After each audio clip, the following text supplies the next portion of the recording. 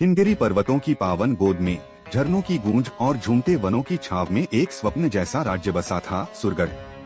यह कोई साधारण भूमि नहीं थी, यह धरती पर अवतरित स्वर्ग था। जहाँ दृष्टि जाती वहाँ हरियाली लहराती। इस स्वर्ण भूमि के सम्राट थे राजा विक्रमार्जुन, एक ऐसा शासक जो केवल युद्ध कौशल और न्यायप्रियता में ही नहीं बल्कि कोमलता, करुणा और प्रेम में भी अनुपम था। वह प्रजाजन का पिता समान था और एक समर्पित पति। राजा की 7 रानियां थीं। रूपवती, चंद्रमुखी सौंदर्य की प्रतिमूर्ति सुभद्रा, संगीत और कला की देवी मेनका, नृत्य में दक्ष लावण्या, ज्ञान और दर्शन में पारंगत चंद्रिका, जिसकी हंसी अंधकार को भी चीर दे सुनीति, नीति और धर्म की मूर्त रूप राजेश्वरी, वीरता और नेतृत्व में अद्वितीय।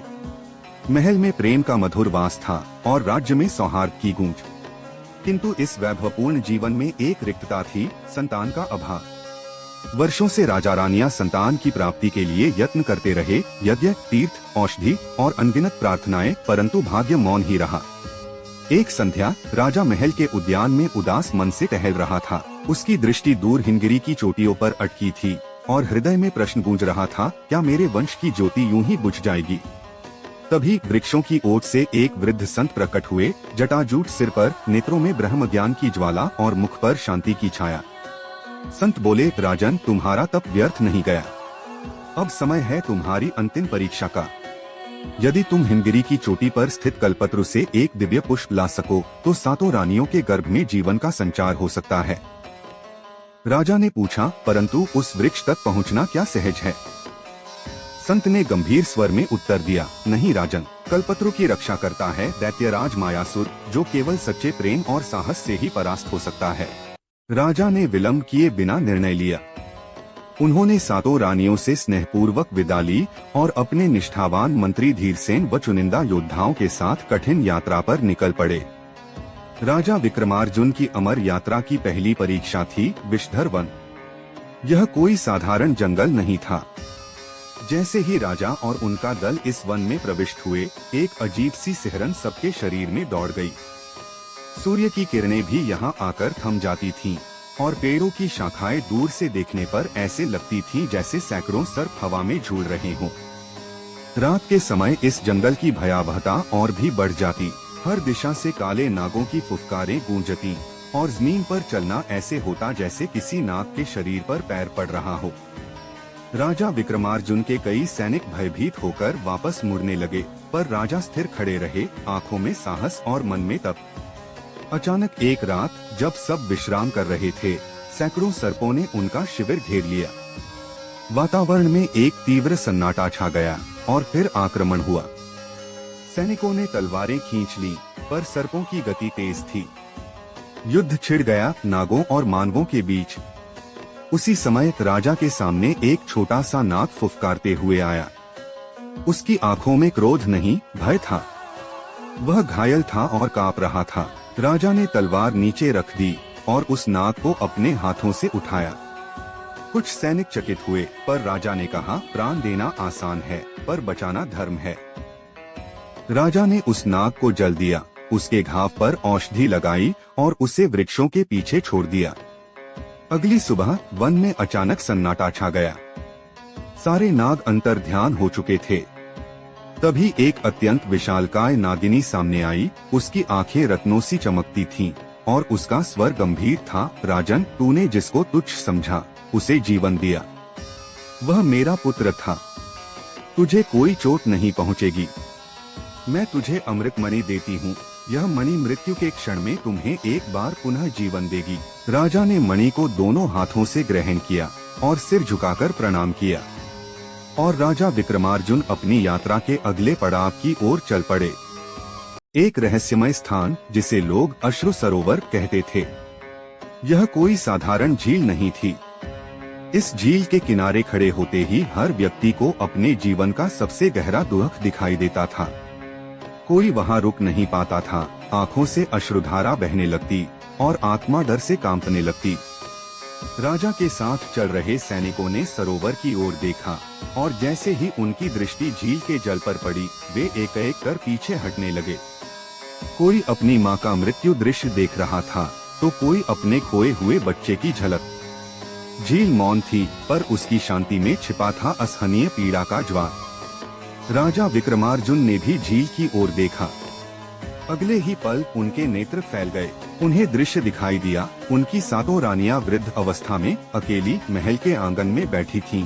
उनकी आंखों में आंसू और होठों पर पुकार, राजन हमें क्यों छोड़ दिया। और फिर एक दूसरा दृश्य, उनका महान राज्य सुरगढ़ खंडहरों में बदल चुका था। मंदिर जले हुए थे, बच्चे भूखे और जनता आतंक में थी। राजा का शरीर सर्द पड़ गया, उनका गला सूख गया और सांसें रुक सी गईं।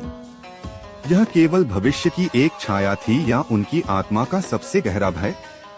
अचानक सरोवर का जल और अधिक चमकने लगा, वह जैसे राजा के भीतर उतर रहा हो। भय और दुहक की लहरें उनके चारों ओर घुमड़ने लगी। पर तभी राजा ने अपनी आंखें मूंद ली। उन्होंने दोनों हाथ जोड़े और धीमे स्वर में नमः शिवाय का उच्चारण करने लगे। उनका स्वर धीरे धीरे गूंजने लगा, पहले भीतर फिर बाहर। जैसे ही उनकी शिव वंदना पूरी हुई, एक चमत्कार हुआ।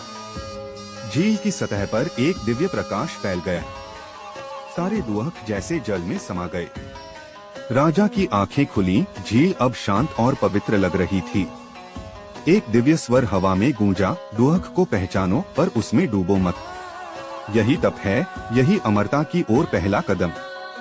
राजा ने झील को प्रणाम किया और आगे की यात्रा के लिए चल पड़े, अब पहले से अधिक शांत और भीतर से मजबूत।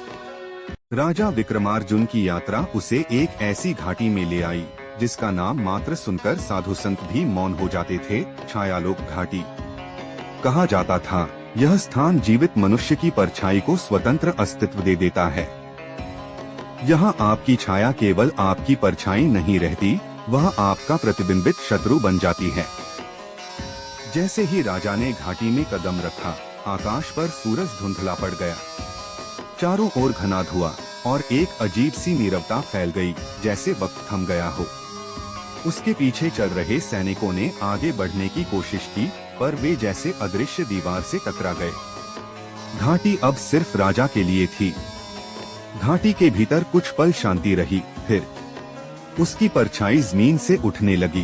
पहले हल्की धुंध जैसी, फिर धीरे धीरे मांस मज्जा का रूप लेने लगी। एक जीवित प्रतिकृति जो हूबहू राजा जैसी दिखती थी, पर आंखों में एक अजीब पागलपन और चाल में अहंकार। कौन है तू? राजा ने पूछा। परछाई मुस्कुराई, मैं वही हूँ जिसे तू सबसे ज्यादा छिपाता है। तेरा डर, तेरा लालच, तेरा घमंड, मैं तेरे भीतर ही पलता रहा हूँ। आज तू मुझसे भाग नहीं सकता। और तभी शुरू हुआ युद्ध, तलवारों का टकराव, चीखती हवाएं, कांपती धरती। 3 दिन और 3 रातें। राजा हर बार अपनी छाया को परास्त करने की कोशिश करता, पर जितना वो वार करता, उतना ही परछाई और बलशाली बनती जाती। वह उसके हर दाव को पहले से जानती थी। चौथे दिन की भोर, जब राजा थककर जमीन पर गिर पड़ा, उसकी तलवार दूर जा गिरी, तब परछाई ने उस पर अंतिम वार करने के लिए तलवार उठाई। लेकिन राजा ने आंखें बंद कर लीं और मन ही मन कहा, मैं तुझसे नहीं, अपने भीतर के अंधकार से लड़ रहा हूँ। तुझे जीत कर नहीं, तुझे स्वीकार कर ही मैं मुक्त हो सकता हूँ। उस पल हवा रुक गई, परछाई कांपी और फिर धुएं में बदलकर विलीन हो गई। घाटी में उजाला फैल गया, कुहासा छंट गया। राजा खड़ा हुआ, शांति से भरा, पर भीतर गहराई से बदल चुका। राजा आगे बढ़े, अब पहले से अधिक शांत। लेकिन घाटी के अंतिम पत्थर पर एक शिलालेख खुदा था, अगली परछाई तुम्हारी नहीं होगी, तैयार रहो। राजा ठिठक गया, पर वह मुस्कुराया और अगली रहस्यमय कड़ी की ओर बढ़ गया। राजा विक्रमार्जुन जब छायालोक घाटी पार कर आगे बढ़े, तो सामने फैला था एक गहरा रहस्यमय जंगल, मोहगंध वन, जहाँ हर वृक्ष जीवित था, पर माया से भरा। कहते हैं यह वन किसी की भी सबसे प्रिय स्मृति को पकड़कर उसे जीवंत कर देता था, पर वह स्मृति मोह का जाल बनकर आत्मा को जकड़ लेती थी। राजा जैसे ही भीतर घुसे, हवा की गंध बदल गई, सुगंधित पर भटकाने वाली। वृक्षों की शाखाएं हिल रही थीं, जैसे किसी अदृश्य संगीत पर नाच रही हों। तभी एक वृक्ष ने धीरे से राजा की रानी की मधुर आवाज में कहा, राजा लौट आओ। मुझे खो दोगे?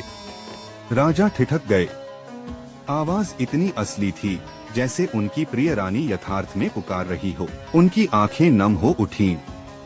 फिर दूसरे वृक्ष से भारी गंभीर आवाज गूंजी, विक्रम, आगे मत बढ़, तेरा धर्म यही है, मैं तेरा पिता हूँ। राजा का हृदय कंपित हो गया। उनके पिता की मृत्यु वर्षों पहले हो चुकी थी, पर यह आवाज वही थी, गर्भ से आती हुई, आत्मा को छूने वाली। राजा अब असमंजस में थे। चारों ओर से आवाजें आने लगी, रानियां, भाई, माँ, गुरु, यहाँ तक कि उनके बचपन की खुद की मासूम हंसी। हर वृक्ष किसी अपने का मुखौटा पहनकर उन्हें रोक रहा था। हवा अब भारी हो गई थी और आंखों में धुंध उतरने लगी। जंगल जीवित था, पर भावनाओं की मृगतृष्णा में बदल गया था। राजा समझ गए, यह उनकी परीक्षा थी। यह प्रेम नहीं, मोह का मायाजाल था। उन्होंने आंखें मूंद ली। भीतर की गहराइयों में डूबते हुए हाथ जोड़कर धीमे स्वर में बोले, नमः शिवाय। उनका उच्चारण जैसे ही गूंजा, जंगल की जड़ें हिलने लगी। एक एक कर वृक्ष कांपते गए और फिर राख में बदलने लगे। आवाजें धीमी हुई, चीखों में बदल गईं और अंत में मौन छा गया। जंगल शांत हो गया था। अब केवल धरती, राख और राजा की श्वास बाकी थी। एक दिव्य स्पर्श उनकी आत्मा को छू गया। एक रहस्यमयी फुसफुसाहट आई, जो मोह को जला सके वही अमरता की ओर बढ़ सकता है। राजा आगे बढ़े, पर अब उनके भीतर मोह की जगह निर्विकार शांति थी। राजा विक्रमार्जुन की यात्रा अब उसे सबसे भयावह स्थान की ओर ले जा रही थी, पाताल द्वार, जो पृथ्वी के नीचे छिपे अंधकार का प्रवेश द्वार था। कहते हैं, यहाँ मायासुर की सेना निवास करती थी। वे राक्षस जो न सिर्फ शरीर से बल्कि विचारों से भी लड़ते थे। जैसे ही राजा ने उस काली घाटी में कदम रखा, धरती कांपने लगी। चारों ओर से भयंकर गर्जन सुनाई देने लगे। गंध ऐसी थी मानो मृत्यु स्वयं सांस ले रही हो। तभी धुएं से बने विशालकाय राक्षस उभरने लगे, मायासुर की सेना। युद्ध आरंभ हुआ, भयावह, तीव्र और अंतहीन। राजा ने शौर्य दिखाया, तलवार चलाई, घोड़े पर झपटे, पर हर वार के साथ एक और राक्षस प्रकट होता। उसकी तलवार टूट गई, उसका घोड़ा घायल होकर गिर पड़ा। अब वह अकेला था, घायल, थका हुआ और निराश। राक्षस उसकी ओर बढ़ रहे थे। उनके चेहरों पर विकृत हंसी थी, मानो वे उसकी हार का स्वाद चख चुके हों। उसी क्षण राजा ने अपनी छाती से वह अमृतमणि निकाली, जो उसे विशालकाय नागिनी से प्राप्त हुई थी। जैसे ही उसने उसे हथेली में दबाया, एक सुनहरी रोशनी उसके चारों ओर फैल गई। उसके घाव भरने लगे, शरीर मजबूत हो गया, पर सबसे बड़ी बात, उसका भय मिट गया। राजा ने फिर युद्ध छेड़ा। इस बार उसकी तलवार नहीं, उसका आत्मबल लड़ रहा था। उसकी हर सांस एक शंखनाद थी। एक एक कर सभी राक्षस ध्वस्त हो गए। मायासुर का द्वार कांप उठा और अंततः चुपचाप खुल गया। उस रात राजा अकेले बैठा। सब शांत हो गया था। वह आकाश की ओर देख रहा था, जहां अब भी पाताल की कालिमा थी। उसकी आंखों से आंसू बह निकले, पर ये आंसू हार के नहीं, साहस के थे। पहली बार उसने जाना, एक सच्चा योद्धा वह नहीं जो कभी गिरता नहीं, बल्कि वह है जो हर बार उठता है जब भीतर सब कुछ टूट चुका हो। पाताल द्वार अब केवल एक मार्ग नहीं था, it was a mirror to his soul. और राजा अब पहले से कहीं अधिक पूर्ण हो चुका था। रहस्यमय पड़ाव पार करने के बाद राजा विक्रमार्जुन पहुँचे हिमगिरी की उस श्वेत चोटी पर, जहाँ धूप भी चुपचाप उतरती थी। वहाँ एक ऊंचे पत्थर पर खिला था कल्पत्रु का पुष्प, जिसे पाने वाला अमरत्व और पूर्ण चेतना का अधिकारी बनता था। पर उस पुष्प का रक्षक था मायासुर। मायासुर अब कोई भ्रम नहीं था, वह स्वयं प्रकट हुआ, एक भयानक और धुएं से बने दैत्य के रूप में, जिसकी आंखों से अग्नि बह रही थी और जिसकी उपस्थिति से हिमगिरी की चट्टानें दरकने लगी। विक्रमार्जुन, वह गूंजा, तू शौर्य में महान है, पर क्या आत्मा से भी उतना ही उज्जवल है?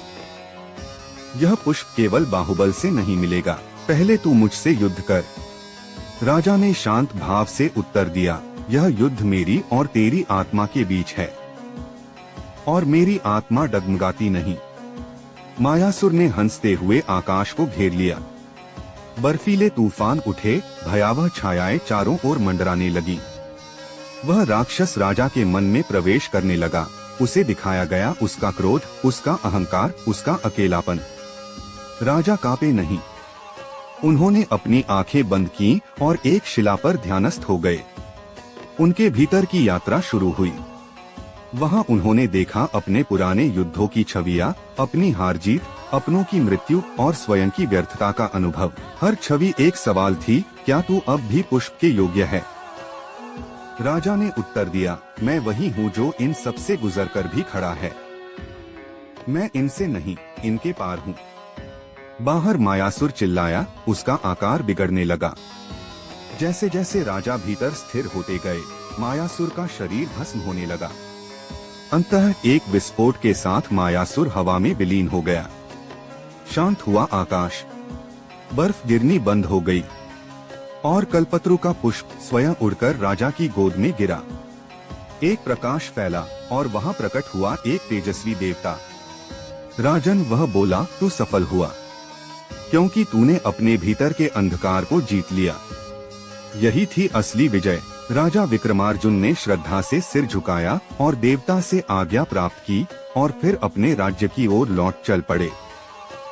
कल्पतरु का पुष्प लेकर जब राजा विक्रमार्जुन सुरगढ़ लौटा तो समस्त राज्य उल्लास से भर उठा।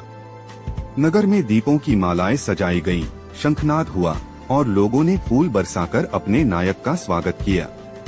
परंतु सबसे अद्भुत घटना अभी घटित होनी शेष थी। राजमहल में सातों रानियां राजा के स्वागत हेतु खड़ी थीं। जैसे ही उन्होंने वह दिव्य पुष्प स्पर्श किया, उनके शरीरों में एक सूक्ष्म प्रकाश लहराया, मानो स्वयं सृष्टि ने उन्हें वरदान दिया हो। उसी क्षण एक दिव्य संत महल में प्रकट हुए, वही जिनसे वर्षों पूर्व राजा को मार्गदर्शन और भविष्यवाणी प्राप्त हुई थी। संत ने मुस्कुराकर कहा, यह पुष्प केवल अमरत्व नहीं देता, यह नई सृष्टि का बीज है। जो प्रेम, तप और आत्मविजय से पाया गया है, वह सदा फलता है। समय बीतता गया और सातों रानियां गर्भवती हुईं। शुभ मुहूर्तों में 7 संतानों का जन्म हुआ, जिनमें अलौकिक गुण थे, रूपवती, सौंदर्य और करुणा से परिपूर्ण पुत्री। सुभद्रा संगीत की देवी, जिसकी स्वर लहरियां रोगों को भी हर लें। मेनका नृत्य का अद्भुत पुत्र, जिसकी गति में ऊर्जा बहती। लावण्या ज्ञान से दीप्त पुत्री, जिसे वेदशास्त्र बाल्यकाल से ज्ञात थे। चंद्रिका आशा की किरण, जिसकी मुस्कान से अंधकार भागे। सुनीति धर्म और नीति का ज्ञाता, एक न्यायप्रिय पुत्र। राजेश्वरी एक साहसी पुत्र, जो आगे चलकर महापराक्रमी सम्राट बना। राज्य में 7 दिनों तक दीपावली जैसे पर्व हुए। हर घर में दीप जलाए गए, मंदिरों में घंटियां बजी और आकाश में रंग बिरंगी पताकाएं लहराईं। उसी उत्सव के अंतिम दिन वह दिव्य संत पुनः प्रकट हुए। उनकी आंखों में शांति और वाणी में अमरता थी। राजन, उन्होंने कहा, तू सफल हुआ। तूने जिस पुष्प को पाया, वह केवल बाहर नहीं, तेरे भीतर भी खिला है। इन संतानों के रूप में तेरे तप का फल जन्मा है। एक दिन ये संतानें सुरगढ़ को धरती का स्वर्ग बनाएंगी। तू एक ऐसा राजा कहलाएगा, जिसने केवल दैत्यों से नहीं, स्वयं के भीतर छिपे भय, मोह और अभिमान से युद्ध किया और जीता। राजा ने संत के चरणों में झुककर आभार व्यक्त किया। अब उसे कोई लालसा न थी, क्योंकि वह जान चुका था कि सबसे बड़ा वरदान आत्मविजय और प्रेम का विस्तार है।